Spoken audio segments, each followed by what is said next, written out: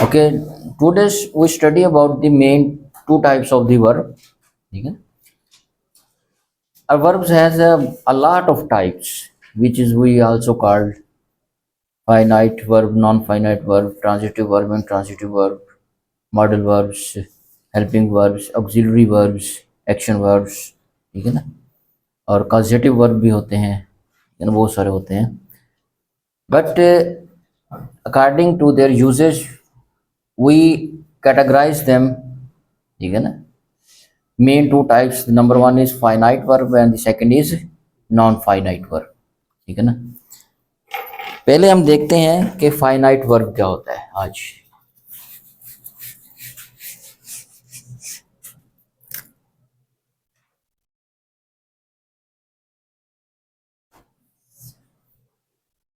Finite verb, आपने forms of verb पढ़ी होंगी, पढ़िए. First form, second form, third form, fourth form. ठीक है ना. कितनी फॉर्म होती हैं? 3 होती हैं.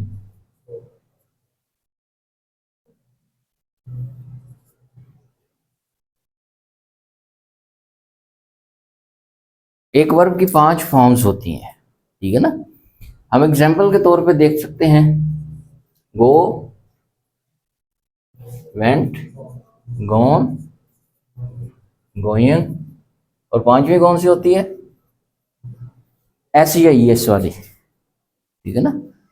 जिसको हम ही, शीट या सिंगुलर नेम के साथ यूज करते हैं. That is also 5th form of verb. ठीक है ना. इसकी एक और एग्जाम्पल साथ लिख देते हैं. Write, wrote, written, writing and writes. ठीक है. Is it clear?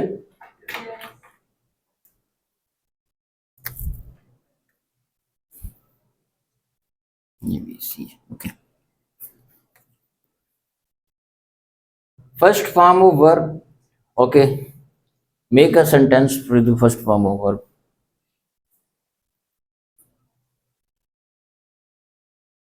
They go to Lahore. Went के साथ बनाए हैं.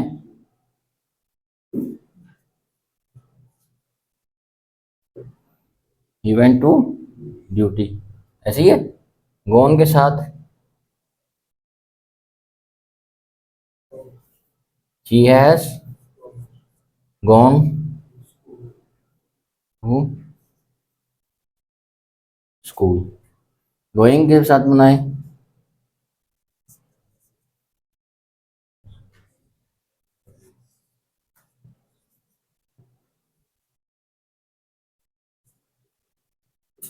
Ali is going to office. Goes के साथ बनाए कोई भी हो सकता है. ठीक है ना. Usman goes to play hockey. ऐसे ही है. ठीक है ना. अब यहां पर समझने की बात ये है कि फॉर्म सेकंड और form third is a past form of verb. ठीक है ना. दोनों ही जो है वो पास्ट को शो करती हैं. अब सेकंड जो है आपको पता है कि पास्ट इंडेफिनिट में यूज होती है. It does not take a helping verb with it. ये अपने साथ कभी भी हेल्पिंग वर्ब नहीं लेती. But third form take a helping verb had. ठीक है ना. हैड, हैज कोई भी ले सकती है. ठीक है ना. है तो परफेक्ट को शो करती है. ओके. और फोर्थ फॉर्म ये हो गया. First form, fourth and fifth, it shows present tense. ठीक है ना. ये हमेशा प्रेजेंट टेंस में यूज होती है. अब जैसा कि हमने लिखा कि गो है, ये फर्स्ट फॉर्म ऑफ वर्ब है. ठीक है ना. दे, अब यहां पर गो क्यों यूज हुआ कि ये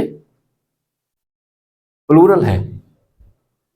ठीक है ना. दे प्लूरल है, इसलिए हम यहाँ पर first form of verb use कर रहे हैं। अगर यहाँ पर ये सिंगुलर है तो वर्ब की फिफ्थ फॉर्म यूज करेंगे हम, ठीक है ना, फिफ्थ फॉर्म ऑफ वर्ब। कुछ चीजें जो है हमने बैक क्लासेस में, इंटर से पहले जो पढ़ी हैं, अब यहाँ पर कुछ चीजें उससे डिफरेंट आ रही हैं, ठीक है ना। यहाँ पर वो, आप यूनिवर्सिटी लेवल के स्टूडेंट हैं तो उन चीज़ों का ओपननेस होना चाहिए, वाइडनेस, ब्रॉडनेस, एडवांस लेवल। तो वहाँ पर हमें सिखाया गया है कि गो और गोस प्रेजेंट में यूज होते हैं, प्रेजेंट इंडेफिनिट में, ऐसे ही है ना। और ये कह दिया गया है कि अगर प्लूरल है तो गो यूज होगा, अगर सिंगुलर है तो गो के साथ ऐसे या एस लग जाएगा बस। लेकिन अब जाके हमें पता चलता है कि दोनों ही फॉर्म्स ऑफ वर्ब हैं, एक फर्स्ट फॉर्म और एक फिफ्थ फॉर्म है। Is it clear? ठीक है ना। वेंट आपको पता ही है कि सेकंड फॉर्म है, हैज गॉन थर्ड फॉर्म है, ठीक है ना, और इज गोइंग फोर्थ फॉर्म है, या जिसको आईएनजी फॉर्म ऑफ वर्ब भी कहते हैं। Is it clear? ओके हो गया, ठीक है ना। इसी तरह कुछ वर्ब होते हैं रेगुलर और इरेगुलर वर्ब, ठीक है ना। रेगुलर और इरेगुलर वर्ब कौन कौन से होते हैं, कोई जानता है? ओके,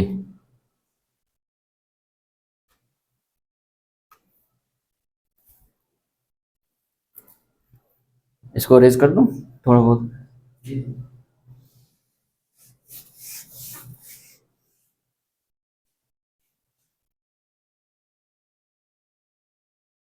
कोई ऐसा वर्ब याद है किसी को जिसकी अगर हम फर्स्ट फॉर्म, सेकंड और थर्ड फॉर्म ईडी ईडी लगा के दोनों बनते हैं? आस्क,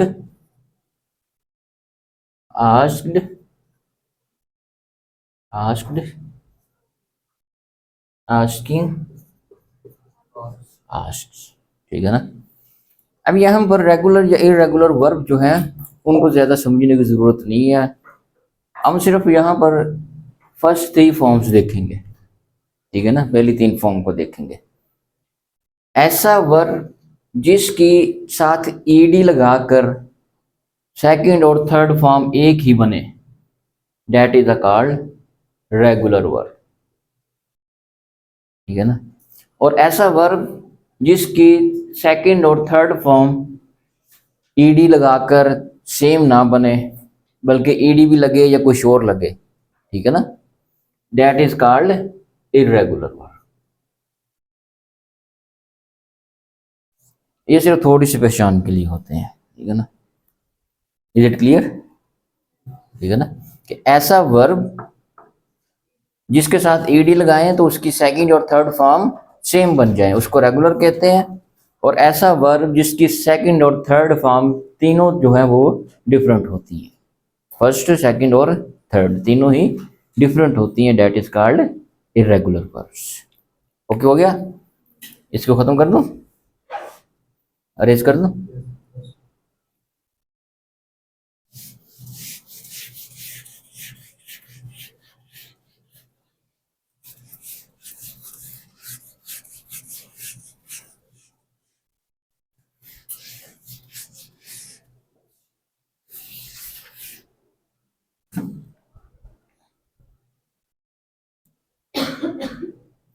आगे चलते हैं हम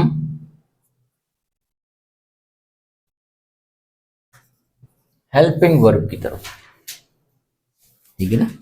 हेल्पिंग वर्ब या ऑक्सिलरी वर्ब भी इनको कहते हैं, ठीक है ना।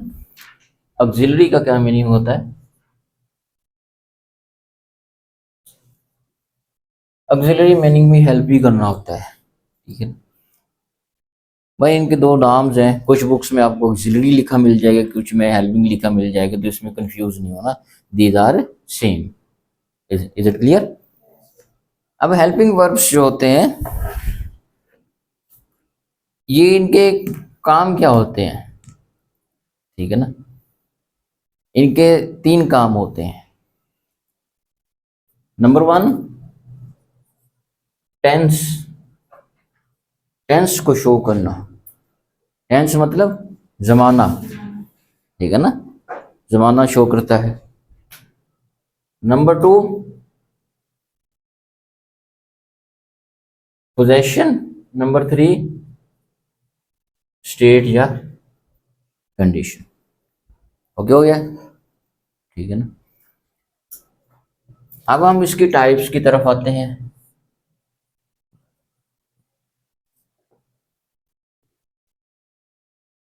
इसकी टाइप कौन कौन सी होती हैं, एनीवन नो? इसकी सबसे पहली टाइप है be verb. The number 1 is be verb. Be verb के अंदर कौन कौन से आते हैं? Is, am, are, was, were, be, been, been, be, been, been, ठीक है ना। ये हेल्पिंग वर्ब की टाइप है, नंबर 1 टाइप, इनको बी वर्ब कहते हैं। Is, am, are, was, were, be, been, being, ठीक है, ठीक है। इसकी सेकंड टाइप है हैव वर्ब। हैव वर्ब के अंदर क्या आता है? हैज, हैव और हैड, हैज, हैव और had. Is it clear? Okay हो गया।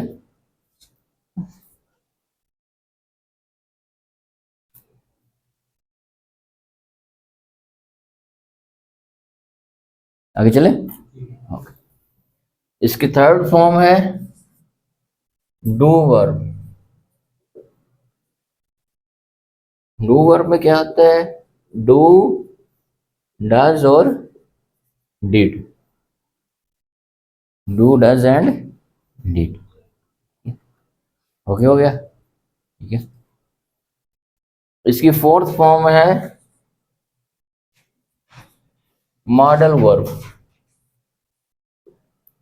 मॉडल वर्ब के अंदर बहुत सारे आते हैं, कैन, कुड, शुड, वुड। अच्छा, मॉडल वर्ब के अंदर विल और शैल भी आते हैं, ठीक है ना। Will, shall, can, well, shall, can, could, should, would, must, ओ यू, आउट टू, ठीक है ना।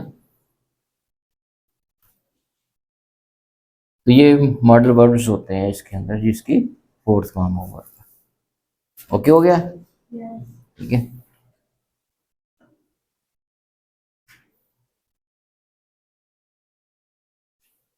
Anyone have question? जो अभी तक हमने आज पढ़ा है इसका कोई क्वेश्चन? कोई क्वेश्चन नहीं? पता लग गया वर्ब? पता चल गया वर्ब की टाइप्स, ठीक है ना। एक फाइनाइट वर्ब की फॉर्म्स ऑफ वर्ब जिसको कहते हैं, और दूसरा हेल्पिंग वर्ब की टाइप्स, ठीक है ना। अब हम इनको थोड़ा थोड़ा इनका यूजेज देखते हैं कि कहाँ कहाँ पर ये यूज होते हैं। इज, एम, आर, बल्कि इनको साइड पे करके यूज करते हैं।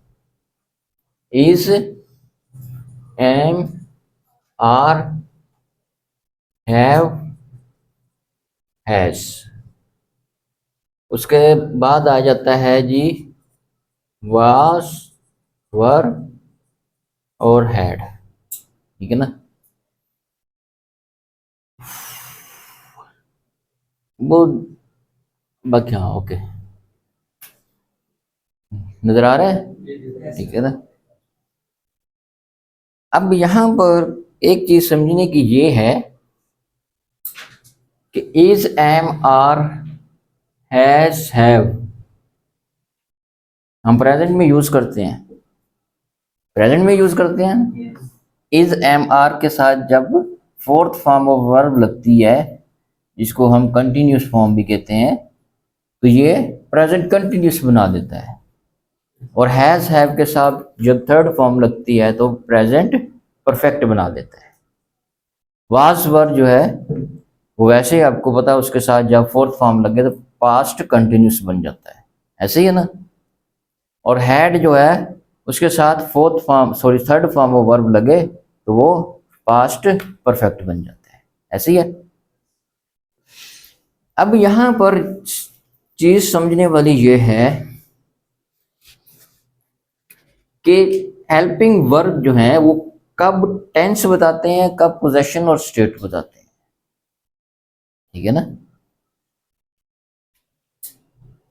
Is, am, are, have, has जब अकेले यूज हो रहे हों, ठीक है ना, बगैर किसी एक्शन वर्ब की फॉर्म लिए, तब वो प्रेजेंट कहलाएंगे, ठीक है ना। हाँ जी, कैसे?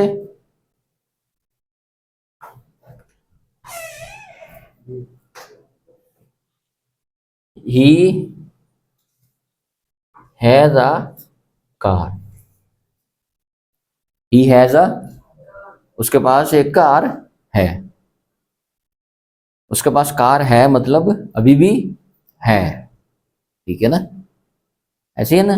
तो ये प्रेजेंट का हो गया, ठीक है ना। लेकिन जब हम इसके साथ थर्ड फॉर्म रखेंगे, क्या लगाएंगे? ही हैज, कुछ भी बनाए सेंटेंस,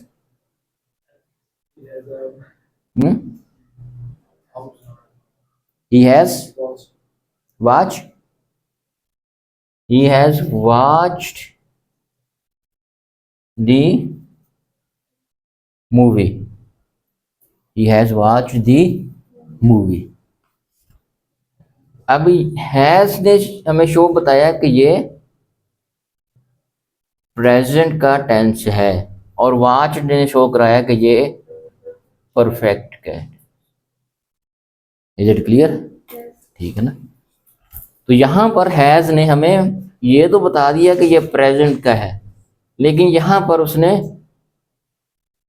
पोजेशन बताई है, यहां पर उसने पोजेशन बताई है। Is it clear? ठीक है ना।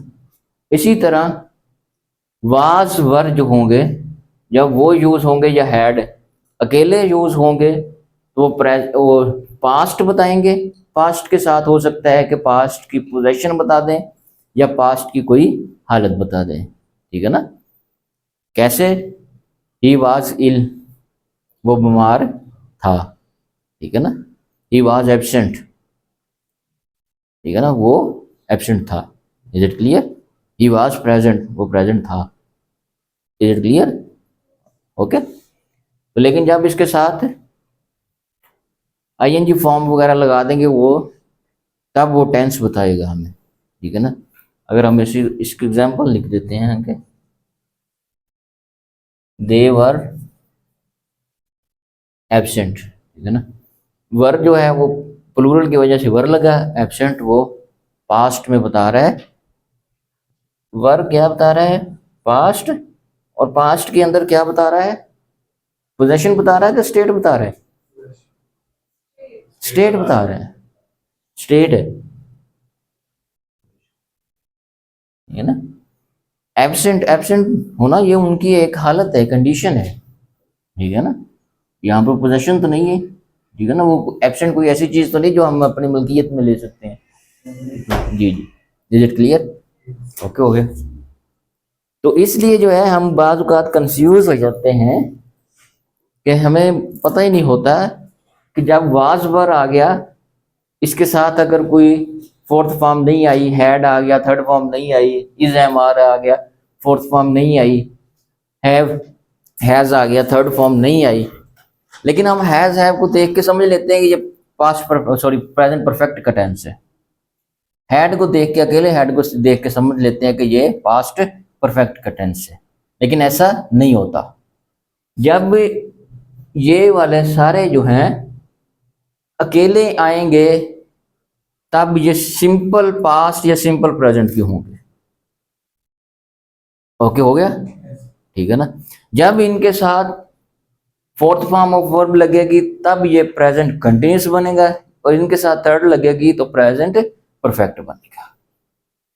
अगर अकेले यूज हो रहे हैं तो सिंपल पास्ट और सिंपल प्रेजेंट, जिसको हम प्रेजेंट इंडेफिनिट या प्रेजेंट सॉरी पास्ट इंडेफिनिट भी कह सकते हैं। ओके हो गया, समझ आ रही है, ठीक है ना। और तब वो प्रेजेंट की या पास्ट की पोजेशन जो स्टेट बता रहे होंगे। और जब ये अपने साथ कोई फॉर्म ऑफ वर्ब लेंगे जिसको हम एक्शन वर्ब भी कहते हैं, ठीक है ना, एक्शन वर्ब भी कहते हैं, और एक्शन वर्ब जो होता है वही मेन वर्ब होता है, ठीक है ना। और जब ये अपने साथ हेल्पिंग वर्ब ले रहा है तो इसको हम हेल्पिंग वर्ब कहेंगे, ठीक है ना। तो जब ये अपने साथ एक्शन वर्ब ले रहा है तब ये हैज है तो प्रेजेंट बताएगा, लेकिन इसका एक्शन वर्ब बताएगा कि ये कंटिन्यूस है या परफेक्ट है। इज इट क्लियर, ठीक है ना। Is, am, are, has, have, ये समय जो है वो प्रेजेंट बताते हैं, लेकिन इनके साथ अगर कोई फोर्थ लगी है या थर्ड लगी है तो वो बताते हैं कि ये कंटिन्यूस है या परफेक्ट है। अदरवाइज ये प्रेजेंट बताते हैं और प्रेजेंट के अंदर पोजेशन या स्टेट बताते हैं। ओके हो गया, ठीक है। एनी क्वेश्चन, जहां तक कोई क्वेश्चन हो आपका, कोई बात क्लियर ना हुई हो दोबारा पूछ सकते हैं, ठीक है ना। तो ये वर्ब जो है वो बहुत ही इंपॉर्टेंट टॉपिक है, ठीक है ना, हर लिहाज से बहुत इंपॉर्टेंट टॉपिक है। इज इट क्लियर, ओके हो गया।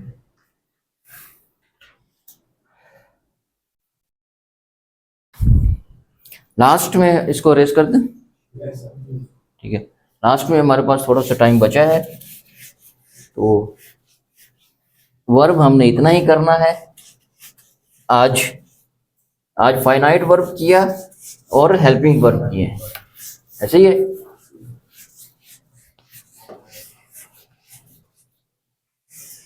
कल हम नॉन फाइनाइट वर्ब करेंगे और उसके साथ ट्रांजिटिव इंट्रांजिटिव वर्ब करेंगे।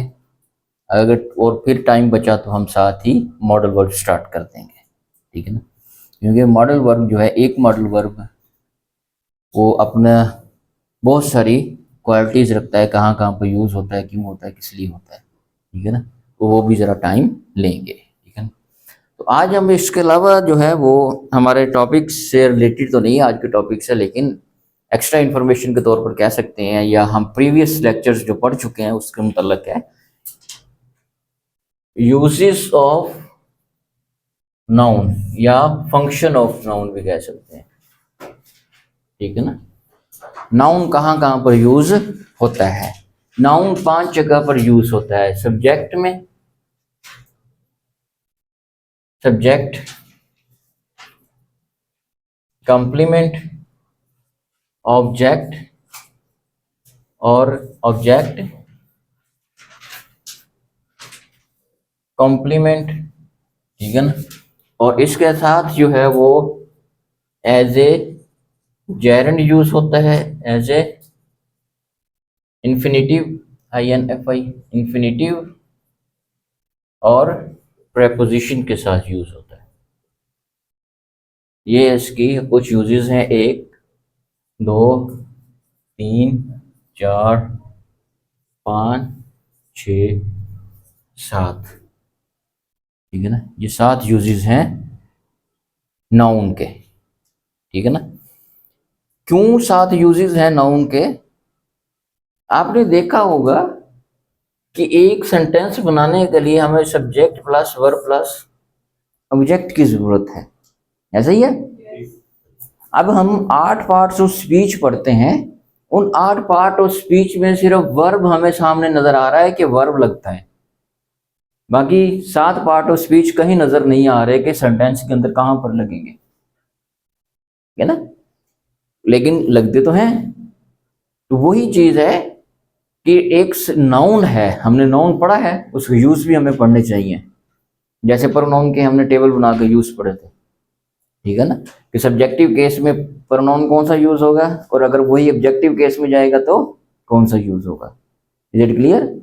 इसी तरह नाउन के भी यूजेस हैं कि नाउन कहाँ कहाँ पर यूज हो सकता है। सब्जेक्ट में यूज हो सकता है, ऑब्जेक्ट में, सब्जेक्ट कॉम्प्लीमेंट में, ऑब्जेक्ट कॉम्प्लीमेंट में, उसके साथ एज ए जेरेंड यूज हो सकता है, इन्फिनेटिव यूज हो सकता है और प्रेपोजिशन के साथ इसमें यूज होना है।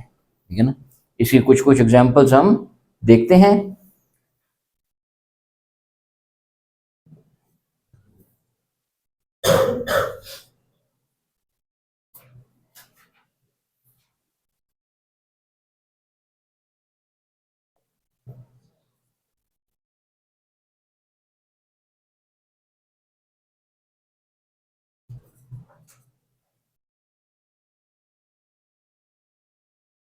ये एक दो एग्जांपल्स मैंने लिखी है यहाँ पर बोर्ड पर, अगर आप पढ़े तो इसको।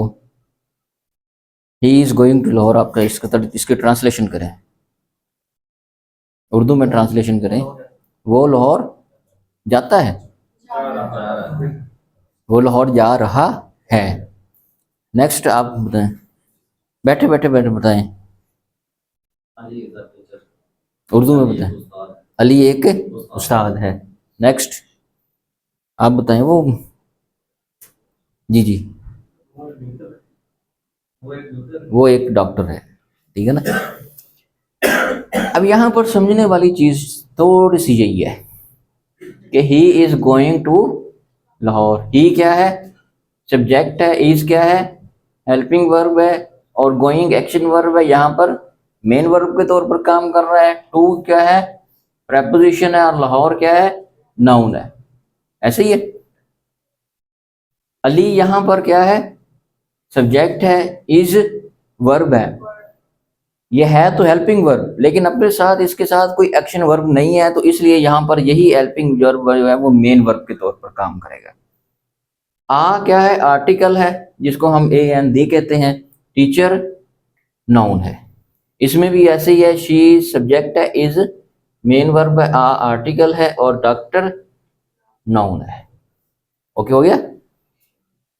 अब यहां पर हम दोबारा इसको थोड़ा सा, he is going to Lahore, he is going to Lahore. ये क्या है? सब्जेक्ट है। और ये क्या है? ऑब्जेक्ट है। और यहां पर ये वर्ब है। ऐसा ही है, ठीक है ना। लेकिन हमने कहा है कि नाउन या प्रोनाउन जो है वो सब्जेक्ट में यूज होंगे। ये सारे वर्ब हैं, हेल्पिंग वर्ब, मेन वर्ब, ये प्रेपोजिशन, और यहाँ पर फिर नाउन आ गया। अगर हम ही भी कर दें या ही की जगह किसी का नाम भी लिख दें, ठीक है ना। अगर वैसे हम नाउन के यूजेस पढ़ रहे हैं तो प्रोनाउन हमें लगाना नहीं चाहिए, अभी नाउन लगाना चाहिए एग्जाम्पल के तौर पर। तो नाउन सबसे पहले हमने कहा कि सब्जेक्ट में यूज होता है नाउन, ठीक है ना। अली जो है वो सब्जेक्ट में यूज हुआ। और फिर कहाँ यूज होता है नाउन? ऑब्जेक्ट में। तो ये दोनों क्लियर हो गए हमें, ऑब्जेक्ट, सब्जेक्ट और ऑब्जेक्ट।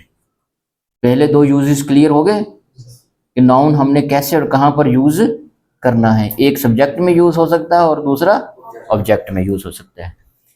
अब हम दूसरी एग्जांपल देखते हैं। Ali is a teacher, Ali is a teacher. Ali subject है, इज वर्ब है, आ टीचर क्या है? ऑब्जेक्ट है। ये ऑब्जेक्ट है, आ टीचर ऑब्जेक्ट है। नाउन तो है, लेकिन हम यही चीज बताना चाह रहे हैं ना कि ये अगर अली सब्जेक्ट है तो आ टीचर जो है वो क्या ऑब्जेक्ट हो सकता है? नहीं हो सकता, होगा। देखिए हम इसको समझ लेते हैं कि सब्जेक्ट प्लस वर्ब और ऑब्जेक्ट हो गया, सेंटेंस कंप्लीट हो गया और ये ऑब्जेक्ट ही है। लेकिन ऐसा नहीं है। कॉम्प्लीमेंट जो वर्ड है, कॉम्प्लीमेंट मीन कंप्लीट करना, किसी चीज को मुकम्मल करना, किसी बात को मुकम्मल करना।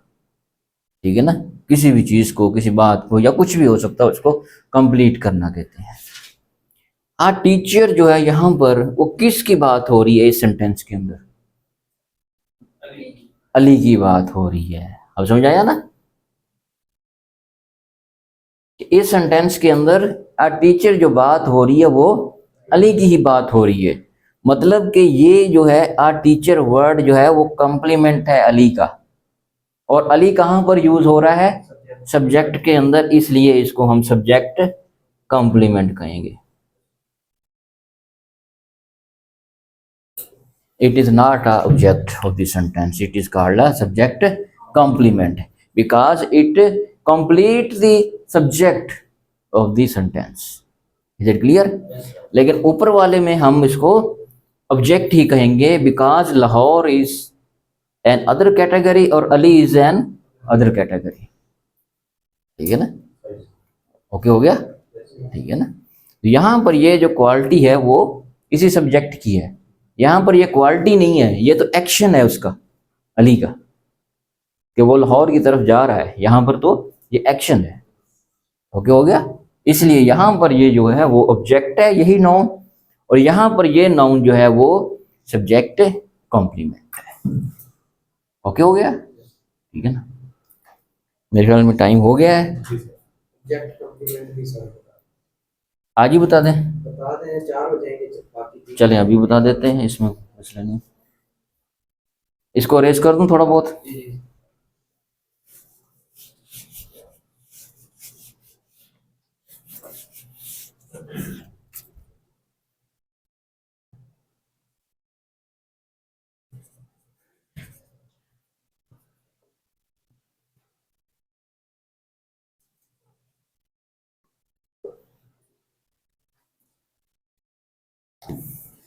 Ali called him a lawyer.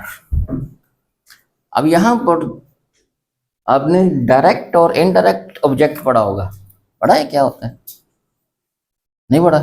चले वो उसको हम फिर आगे पढ़ेंगे। अभी हम यहां पर पढ़ना चाहते हैं कि अली ने उसको कहा अलाया। वो एक वकील है, ठीक है ना?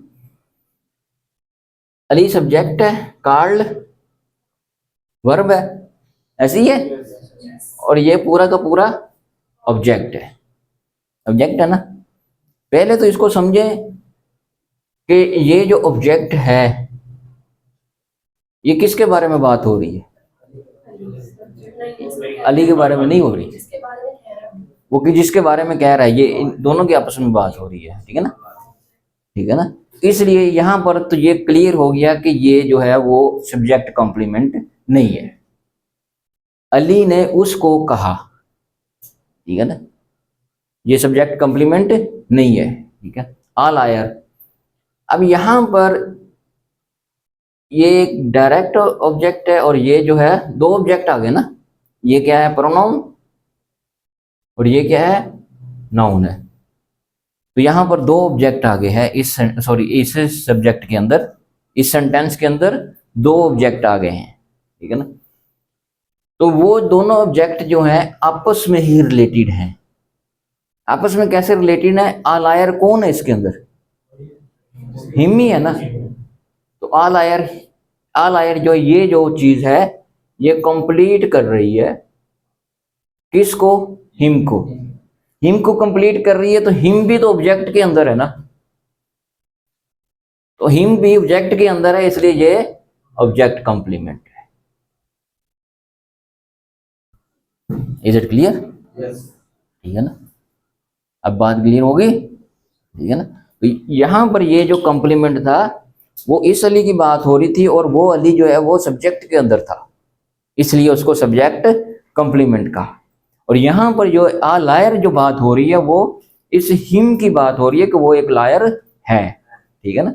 और इसी को वो, और जो हिम है वो खुद भी ऑब्जेक्ट के अंदर है, तो इसलिए हम उसको ऑब्जेक्ट कॉम्प्लीमेंट कहेंगे।